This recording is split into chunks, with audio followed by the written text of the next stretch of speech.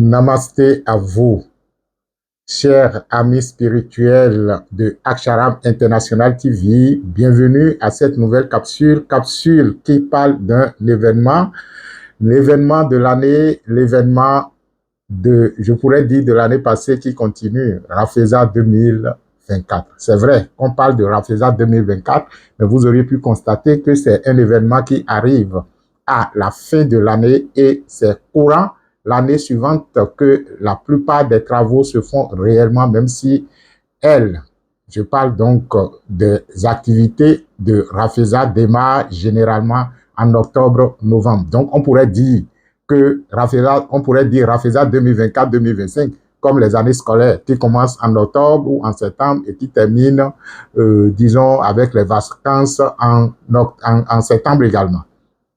Alors donc, je suis là aujourd'hui pour parler de Rafeza 2024 et c'est principalement ce que vous nous avez confié comme travail à faire, accompagnement des vivants. Je reviendrai dans une autre capsule pour parler de l'accompagnement des morts parce que nous avons fait les travaux séparément et ce n'est même pas évident que cette seule capsule couvre les révélations donc de l'accompagnement des vivants. Donc, je suis là pour vous faire la synthèse des révélations de l'accompagnement des vivants Rafeza 2024. Avant d'aborder les révélations proprement dites, je tiens à vous, disons, faire état des dispositifs ou des dispositions préalables dans lesquelles les travaux se sont effectués. Parce que si vous ne comprenez pas comment les travaux se font, donc on pourrait penser que oui, bon, ils prennent juste quelques heures pour dire ils sont en train de... Nous travaillons véritablement sur les photos que vous nous avez envoyées. Qu'est-ce que nous appelons d'abord accompagnement des vivants? Ce que nous appelons accompagnement des vivants, c'est justement vous qui êtes à distance et qui n'avez pas pu faire Rafeza en présentiel. Et en plus de ça, il y a des gens qui ont exprimé des souhaits, il y a des gens qui ont exprimé des vœux, il y a des gens qui ont envoyé aussi leurs photos pour pouvoir se faire accompagner dans tel ou tel aspect de leur existence. Tout ça regroupé, nous appelons ça accompagnement des vivants. Donc, cette émission est principalement dédiée à ceux qui sont de la diaspora et qui n'ont pas pu suivre véritablement les activités ou les rituels du rituel annuel du feu sacré 2024 en présentiel. Qu'ils se souviennent tous que même s'ils sont dans les groupes dédiés à cet effet et qu'ils devront faire les travaux par eux-mêmes, ils nous avaient envoyé également leurs photos pour être pris en compte, étant entendu qu'ils n'étaient pas sur place pour pouvoir opérer les rituels comme cela se doit. Nous nous donnons alors le devoir, sous la supervision donc du maître Gosson, de faire ce travail-là à leur place.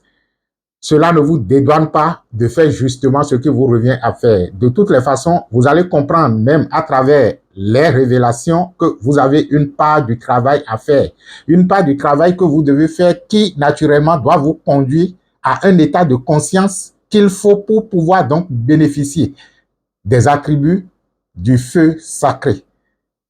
Pour pouvoir bénéficier de la grâce du feu sacré. Parce que c'est comme on posait la question à un maître, que est-ce que la grâce existe? Le maître répond, oui, la grâce existe. Sauf que très peu de personnes se rendent disponibles pour la voir. La grâce de Dieu ou la grâce de la vie est en fait le don de la vie à la vie elle-même. Et la vie, nous considérons comme étant elle-même, elle se donne totalement, entièrement et absolument à ces parties qui, naturellement, deviennent la totalité d'elle si elle voit ces parties dans ces perspectives. Mais très peu de ces parties en termes de perception, en termes d'état de conscience, sont véritablement disponibles pour recevoir la totalité de la vie qu'elle est. Parce que la vie, elle ne peut pas se donner en partie. Il lui est totalement impossible, voulant se donner, de se donner en partie. Elle se donne totalement et intégralement. Je pourrais même dire, si je reste dans la conception des religions, que Dieu ne peut se donner en partie. Dieu se donne en totalité parce qu'il n'est pas parti à quelque endroit que ce soit. Il est toujours la totalité de tout de lui-même en toutes choses et partout. Donc, l'accompagnement regroupe ceux qui, de la diaspora, n'ont pas pu participer physiquement en présentiel au RAFESA et ceux qui ont exprimé telle ou telle intention sur lesquelles ils ont souhaité donc que nous travaillions. De toutes les façons, les gens se reconnaissent. Alors, comment les travaux ont été effectués? Il faut reconnaître d'abord que lorsque nous parlons du cercle de la thérapie, c'est en fait un ensemble de personnes, je pourrais dire, de Sheila, d'étudiants, un ensemble de disciples du maître Elmancio Gosson, qui en fait se réunissent ayant tel ou tel talent qui avait été préalablement détecté sous la supervision du maître Elmancio Gosson, mais nous ne travaillons pas que avec les êtres physiques. Il y a dans ce courant de cercle de thérapie, nous qui sommes physiques, mais il y a la force même du pouvoir se trouve donc dans l'invisible. Donc, beaucoup d'autres maîtres du plan invisible s'associent à nous dans ce travail que nous faisons de tous les jours pour pouvoir accompagner les gens à percevoir une autre nature d'eux-mêmes. Parce que le problème de l'existence se déroule comme suit. Votre état de conscience détermine votre perception et votre perception détermine les actions que vous posez et les actions déterminent donc les résultats. Et quand je parle de perception, c'est en fait lorsque vous pensez votre existence, quels sont les courants de pensée qui vous traversent, quelles sont les idées qui vous traversent, quels sont les sentiments que vous avez. Ce sont justement ces pensées et ces sentiments qui déterminent les types d'actions que vous allez poser pour finalement avoir des résultats sur le plan physique. Donc, nous travaillons avec les maîtres de l'intérieur qui nous aident également et principalement avec l'oracle.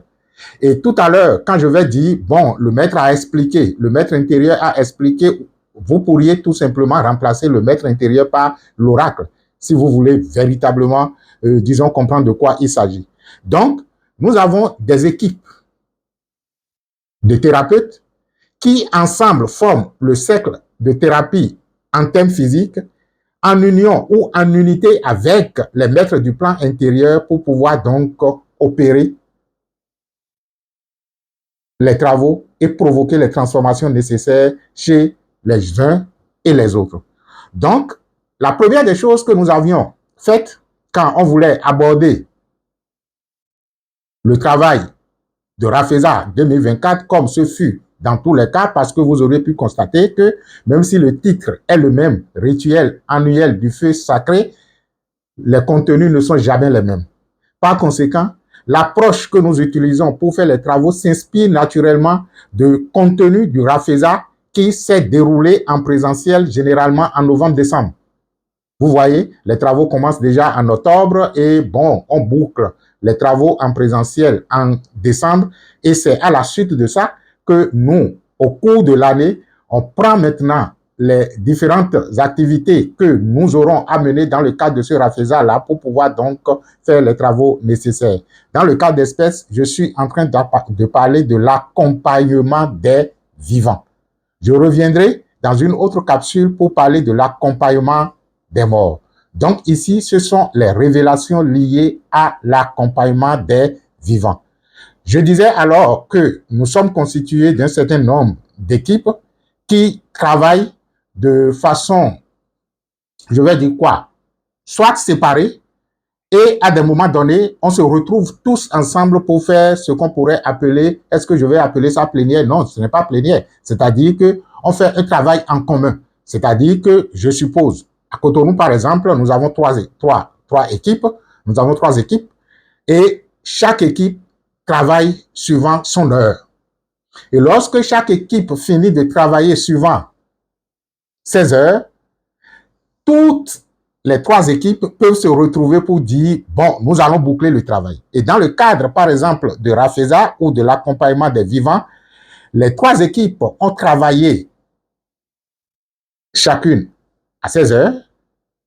Et après, nous avons fait un travail en commun. C'est-à-dire, je suppose que chaque équipe a fait 2 séances par elle-même à 16 heures et qu'à la 3e séance, on se retrouve tous ensemble pour pouvoir donc travailler. Nous avons hérité cela quand le maître Gosson était encore à Cotonou et quand on voulait travailler sur des dossiers sérieux comme la terre togolaise, c'était comme ça qu'on faisait les travaux et après lui, le maître, venait nous regrouper tous ensemble parce qu'il a déjà lu le rapport de chaque équipe. Ils nous mettent tous ensemble donc pour provoquer encore d'autres révélations afin de confirmer ce que chacun ou chacune des équipes a trouvé comme étant une réponse issue de l'oracle. Donc, nous avons procédé de la même façon. Et lorsque j'ai souvent l'habitude de dire, chacun peut rêver à sa façon. Mais lorsque on commence par retrouver une certaine, qu'est-ce que je vais dire, des similitudes entre les rêves des uns et des autres, cela veut dire que cela commence par devenir une vision commune. Et lorsque c'est une vision commune, même si c'est une fausse vision, vous pourriez l'amener à concrétisation. Je reprends. Lorsque nous sommes constitués, par exemple, de 3 équipes, par exemple, de 4 ou de 5 personnes par équipe, on vous demande d'aller rêver sur un sujet. On demande à l'autre d'aller rêver sur un autre sujet. La troisième équipe, aller rêver sur un sujet. Chacun fait ses rêves. Ça pourrait se faire également individuellement. Et ça fait partie des conseils qu'on pourrait vous donner lorsque vous êtes un certain nombre et que vous voulez travailler sur un projet ensemble. C'est-à-dire que vous décidez chacun individuellement de travailler sur le projet et de venir ensemble exposer les résultats que vous avez. Les cas où ça marche souvent, c'est lorsque vous êtes en couple et que vous avez un défi à relever. Chacun des membres du couple, séparément, provoque une consultation, une autoconsultation sur le sujet et après, on se voit pour se dire, voilà le rêve que moi j'ai fait, voilà le rêve que moi j'ai fait, voilà les résultats que j'ai eus, voilà les résultats que moi j'ai eus. Et en mettant ensemble les 2 ou plusieurs résultats, si vous êtes dans une famille polygame, vous pourriez donc dégager la synthèse qui naturellement fait, je vais dire, office de la vérité de l'oracle. Donc, lorsque les équipes travaillent séparément, on reçoit les différents rapports venant de chaque équipe et après, on confronte toutes les équipes ensemble au cours encore d'une méditation pour pouvoir voir est-ce que les révélations resteront constantes. Voilà. Et nous ne prenons en compte que les révélations qui naturellement se retrouvent un peu partout. Donc, lorsque nous faisons la synthèse et nous disons voici la révélation ou voici les révélations, c'est que beaucoup de choses ont été déjà élaguées, c'est-à-dire que les expressions non comprises, les expressions non questionnées, ou du moins les interrogations qui n'ont pas reçu de réponse aussi à l'intérieur, nous estimons que la personne ou le groupe, l'équipe n'a pas été suffisamment compétente pour être à la hauteur de l'interrogation afin de recevoir la réponse nécessaire de l'oracle parce que l'oracle l'oracle n'a d'autre choix que de donner la bonne réponse. Mais il se peut que l'individu qui veut recevoir la réponse ne soit pas suffisamment au top niveau pour pouvoir avoir non seulement la bonne réponse ou bien ne pas en avoir du tout. Donc, lorsque nous estimons que la réponse n'est pas cohérente, on met ça de côté. Lorsque nous estimons qu'il y a une vision qui n'est pas accompagnée d'une réponse claire et nette, une explication claire et nette, on met ça également de côté, quitte à travailler là-dessus ultérieurement ou carrément abandonner si nous estimons que ce n'est pas nécessaire. C'est pour vous dire tout simplement qu'il y a du sérieux qui se fait et nous cherchons le caractère scientifique des choses. Parce que même la science sociale se base sur le nombre pour pouvoir affirmer les grandes tendances. Donc, c'est ce que nous faisons ici. On tient compte de la qualité et de la quantité également. Quand je parle de la qualité, c'est en fait en termes de qualité de réponse et d'interrogation. Mais quand je parle de la quantité qualitative et quantitative, c'est en fait quel est le nombre de personnes ou bien quel est le nombre d'équipes ayant obtenu tel résultat. Nous essayons de mieux que nous pouvons de faire cette corrélation entre la spiritualité et la science, naturellement, pour pouvoir donc rester dans la bonne ligne des choses. Et quand je dis spiritualité et la spiritualité est la mère de la science.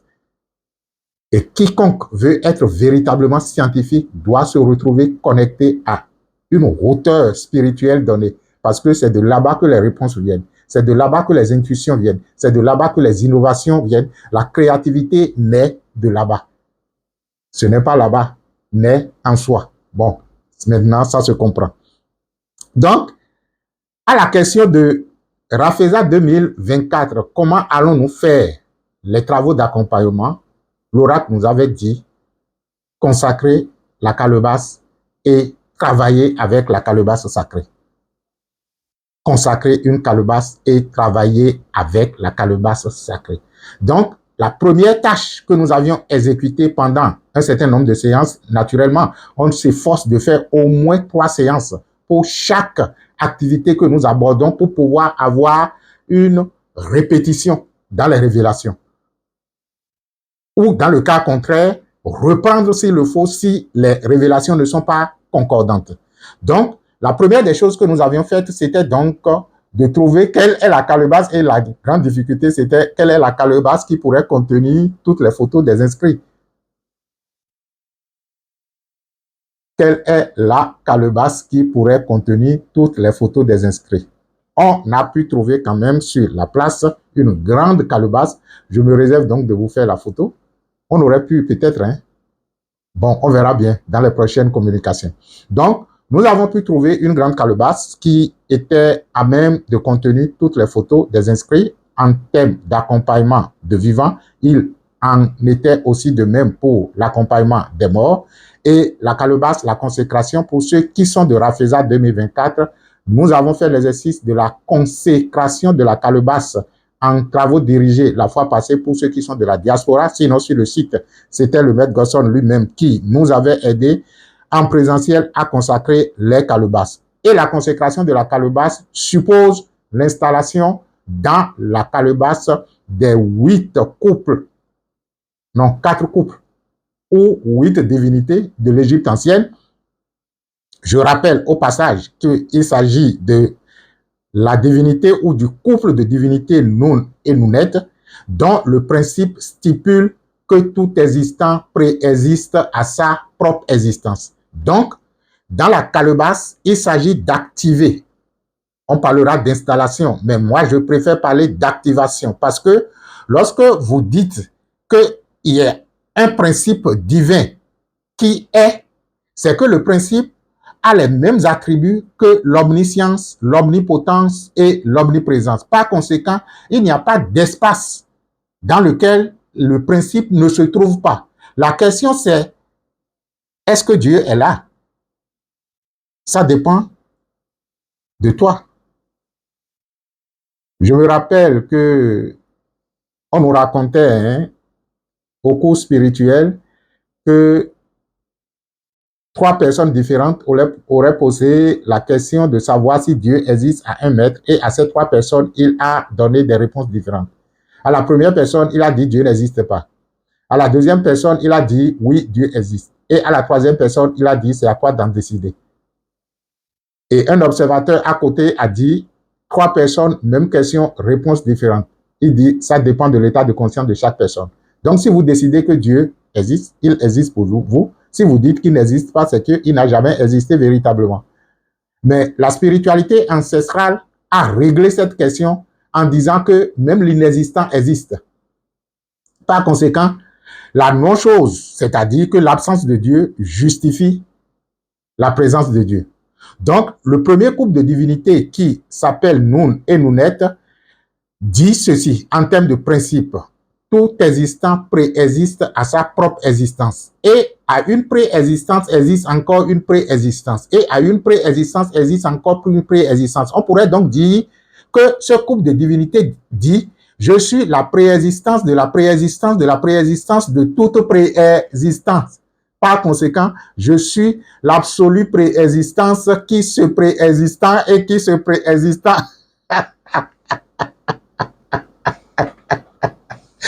Ce qui est intéressant, c'est qu'il n'y ait pas de principe de Dieu qui ne répond pas à l'attribut de l'infinité. Et cela nous amène donc à aborder le deuxième couple de divinités qui est Réret, qui stipule tout simplement en termes de principe que l'espace infini est l'esprit infini et que l'esprit infini est l'espace infini. Le troisième couple de divinités qui est Keku et Keket, Keku et Kekut, je pense bien, dit ceci: je suis la force forte de toutes les forces. Et enfin, le quatrième couple de divinités, Amonet, dit l'inconnu est inconnu et l'inconnu se connaît de lui-même. Donc, la consécration de la calebasse suppose que nous avons activé dans la calebasse ces quatre couples de divinités, ces quatre principes qui stipulent la vie et la préexistence absolue de toute préexistence. L'inconnu est l'inconnu de tous, mais l'inconnu se connaît.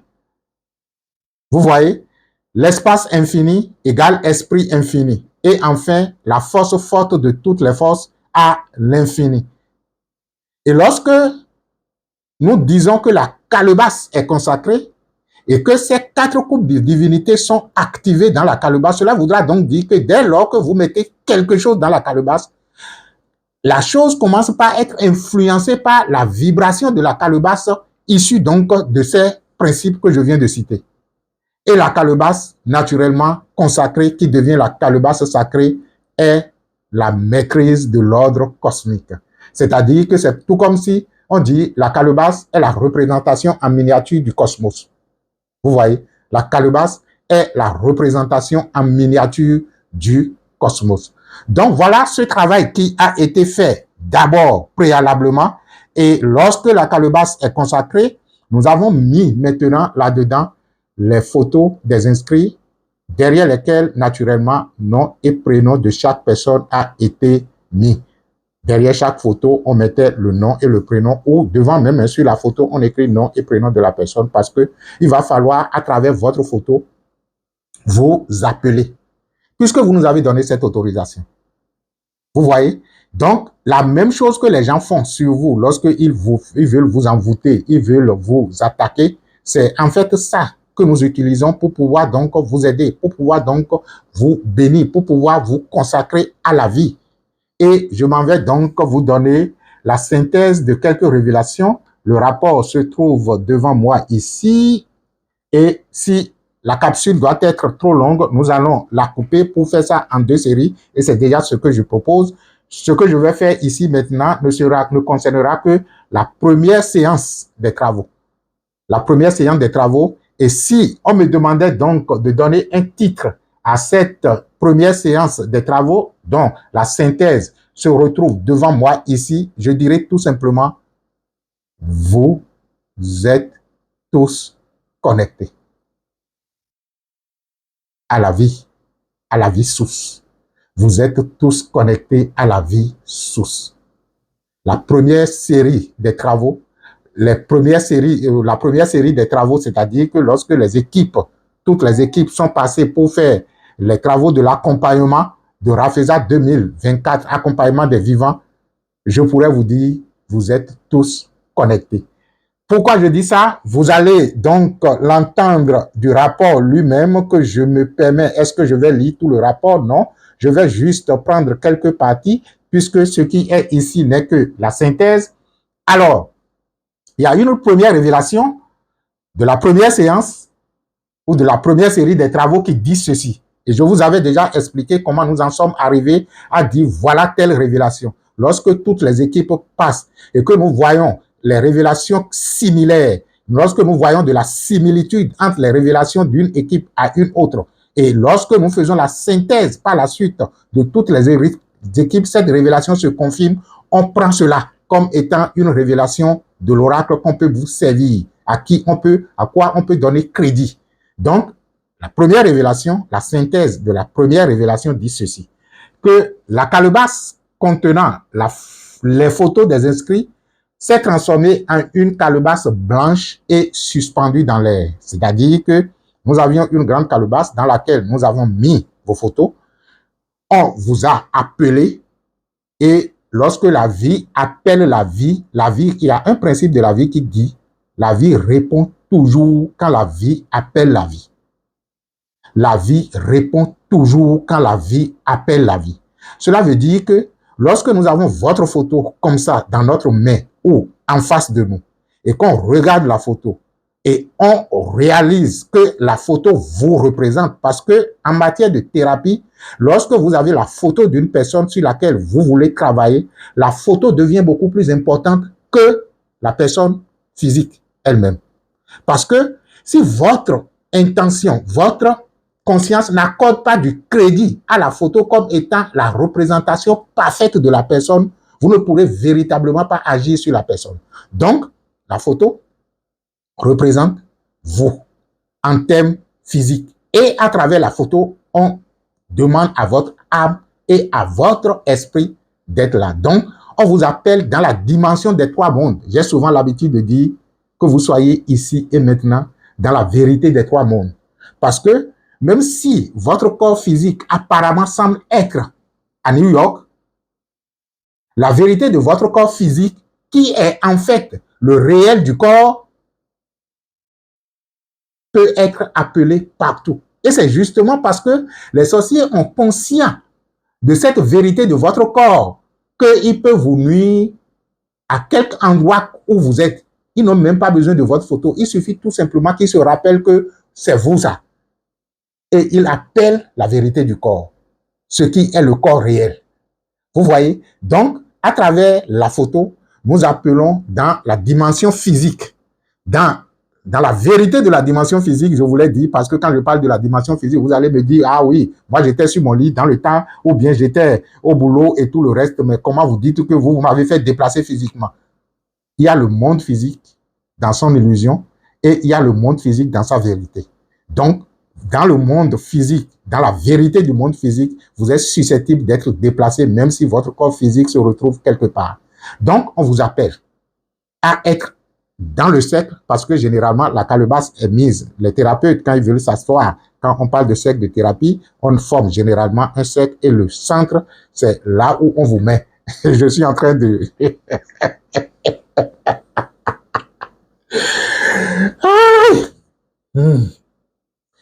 Bon, ce n'est plus un secret pour ceux que nous recevons physiquement, donc je ne vends aucun secret. Donc, on vous appelle et lorsque on vous a appelé, vous étiez naturellement supposé être dans la calebasse qui symboliquement représente l'ordre cosmique. Ce qui veut dire que le symbole que nous avons, qui est la calebasse sacrée dans laquelle se trouve votre photo, devient en fait un principe universel dans lequel vous êtes tous. Parce qu'on pourrait dire, mais la calebasse, ce n'est que les photos qui sont dedans. Et s'il s'agissait de nous en tant qu'être de chair, comment pourrions-nous rester dans la calebasse? Vous êtes bel et bien dans la calebasse. Parce que vous allez constater que la révélation dit que la calebasse est transformée en une grande calebasse suspendue en l'air. Et qu'après quelque temps, la même calebasse, c'est-à-dire qu'il y a une petite calebasse qui s'est retrouvée à l'intérieur de la grande calebasse qui maintenant comporte les photos. Donc, la première calebasse que nous avions mise là, sur laquelle nous avons commencé par faire les invocations et par faire les rituels, s'est retrouvée dans la vision intérieure, soulevée et suspendue en l'air, et elle s'est transformée en une grande calebasse blanche. Cela veut dire que la calebasse, et ça, vous allez constater ça dans la suite de la révélation, et qu'il y a une petite calebasse qui apparaît maintenant à l'intérieur de la grande calebasse devenue blanche et grande, et c'est cette petite calebasse qui contient désormais les photos. Et lorsque un symbole comme ça apparaît, nous avons l'obligation de chercher la signification du symbole. Et quand on a demandé à l'oracle, qu'est-ce que cela signifie? Voici la réponse de l'oracle. Il dit, la calebasse contenant les photos au départ vient d'être connectée à la vie source. C'est ce qui l'a transformée en une grande calebasse de couleur blanche. La blancheur signifie la pureté et la lumière, et que c'est la connexion à la source qui a transformé cette calebasse-là. Et subitement, la petite calebasse une petite calebasse est apparue parce que il fallait quand même que les photos, ou il fallait quand même que vous, en tant qu'être, vous puissiez être dans la calebasse. Comment pourrait-on symboliser cela? C'est justement ça qui se symbolise par la petite calebasse dans laquelle se retrouvent donc les photos. Et l'oracle disait, c'est vrai que la grande calebasse, lorsqu'elle est devenue grande, blanche, vous l'avez trouvée vide. Mais quel est le principe du vide? Le vide est le principe de la vitalité, que c'est la source en abondance et en surabondance de vie. Et la petite calebasse contenant les photos qui se trouvent à l'intérieur signifie donc que les personnes qui se sont inscrites à l'accompagnement de Rafeza viennent d'être connectées à la source, à la vie source. Et il dit, vous avez conduit les gens à la source et à la vie. La source se chargera du reste. La petite calebasse dans laquelle se trouvent les photos désormais est justement la mesure que chacun devra utiliser pour se servir à la source. Et c'est là où je dis, c'est vrai que vous nous avez demandé de faire les travaux, mais vous avez une responsabilité. La responsabilité qui accompagne le travail que nous avons fait déterminera les résultats que vous auriez. Ou là, je vais dire quoi? Parce que l'oracle disait même, d'autres personnes pourront voir leur situation se régler, d'autres auront de fortes intuitions, ça doit être dans l'une des révélations, peut-être que je vais y revenir après. Mais comment cela pourrait se manifester si, entre-temps, la personne elle-même ne se sent pas connectée? Donc, l'oracle dit que chaque personne sache véritablement qu'il est connecté à la source et agit en conséquence. Et que la petite calebasse est la mesure dont chaque personne se servira pour prendre ce dont il a besoin parce qu'il est connecté à la vie. Je vous disais tout à l'heure que s'il m'était donné de donner un titre au test comme on nous faisait faire quand on était au collège, je dirais tout simplement la connexion des participants pour cette première séance-là. Et ce n'était pas prémédité. C'est juste parce que, en lisant les révélations, je constate que les unes après les autres ne font que état de cette connexion-là, de cette connectivité, et que nous, on a fait notre part de travail en vous connectant à la vie source, vous qui avez demandé un accompagnement. Alors, est-ce que c'est fini pour la première série? Et dans le même temps, il y a, oui, je continue, hein, calebasse à l'intérieur, qui est le symbole de la mesure dont chacun se servira pour prendre. Vous avez conduit les gens à la source et à la vie se chargera du reste. C'est à chaque personne de savoir qu'elle est maintenant connectée et d'utiliser cette connexion comme il l'entend. D'autres personnes ont commencé donc dans un autre décor, hein, un peu loin. Je ne sais pas si ils font partie des inscrits ou c'est en fait d'autres catégories de personnes, toujours dans la même révélation, ont commencé donc par se lamenter pour demander donc de les aider.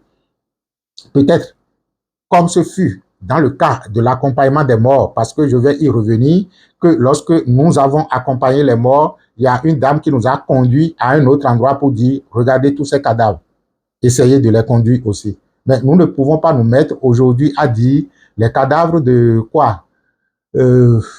Où est-ce que les gens sont en train de tirer sur eux-mêmes maintenant? Iran et Israël et Palestine et tout le reste là. Donnez-nous leurs photos, on va faire accompagnement pour eux. Même si on pourrait avoir, par compassion, une intention pour eux. Vous voyez? Donc, d'autres personnes ont demandé donc de les aider et le maître dit de leur dire que c'est à eux de faire le pas.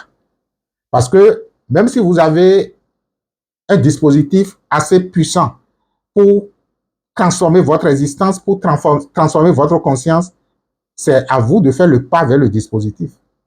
Donc, ceux qui souhaitent se faire accompagner n'ont qu'à se rapprocher de nous pour qu'on puisse voir ce qui est possible. Et ce serait certainement Rafeza 2025 si ce n'est pas un accompagnement personnalisé. Parce que vous auriez pu constater que lorsque c'est en groupe comme ça, c'est un forfait que nous faisons en termes de participation. Alors, dans la même série de la première séance, la calebasse contenant les photos des inscrits disparaît et laisse place à un trou à l'intérieur duquel se trouvent les photos avec une lumière planant au-dessus. Vous voyez, dans ce cas-ci, la calebasse disparaît et c'est un trou qui contient les photos. Au-dessus du trou se trouve une lumière vive. Cela veut dire que, quel est le symbole? Les photos des inscrits sont déjà à la source. Ils sont tous connectés à présent. Que chaque inscrit sache que ses actes et actions doivent être contrôlés. Cela veut dire que, dans un premier temps, vous avez constaté la calebasse suspendue en l'air, et dans un second temps, la calebasse disparaît et les photos se retrouvent dans le trou, dans un trou. Ça veut dire tout simplement que vous êtes aussi bien connecté au ciel qu'à l'énergie souterraine. La connexion d'en haut et la connexion d'en bas. Que voulez-vous de plus? Je vais peut-être vous aider en terminant par un exercice que je vais faire aux gens aujourd'hui lorsque je les reçois en termes donc d'accompagnement personnalisé. C'est tout simplement de prendre conscience de la perfection de votre divinité au-dessus de votre tête, ce qui signifie la connexion du ciel, en même temps que vous prenez conscience de la perfection de votre incarnation dans le noyau de la terre. Et ces deux expériences ou ces deux révélations qui montrent la connexion au ciel et la connexion souterraine montrent que vous êtes absolument connecté aussi bien qu'à l'énergie souterraine, qu'à l'énergie céleste. Ce qui veut dire que une fois que vous établissez la connexion entre le ciel et la terre, vous devenez alors tout simplement la colonne de vie à travers laquelle la vie circule harmonieusement, c'est-à-dire que l'énergie descendante et l'énergie ascendante circulent harmonieusement à la perfection. Et vous représentez alors la conscience qui diffuse cette énergie dans l'horizontalité. Waouh! Ça devient intéressant. Vous êtes connecté. Vous êtes la colonne de vie de la circulation de l'énergie ascendante et descendante. Votre responsabilité, c'est de diffuser dans l'horizontalité cette connexion que vous venez d'avoir. Je vous remercie d'avoir été attentif et attentive pour cette capsule qui s'en va être trop longue. Donc, on aura une deuxième partie des révélations de l'accompagnement des vivants. Ce sera donc la deuxième partie de l'émission. Je vous remercie tous et que les bénédictions soient.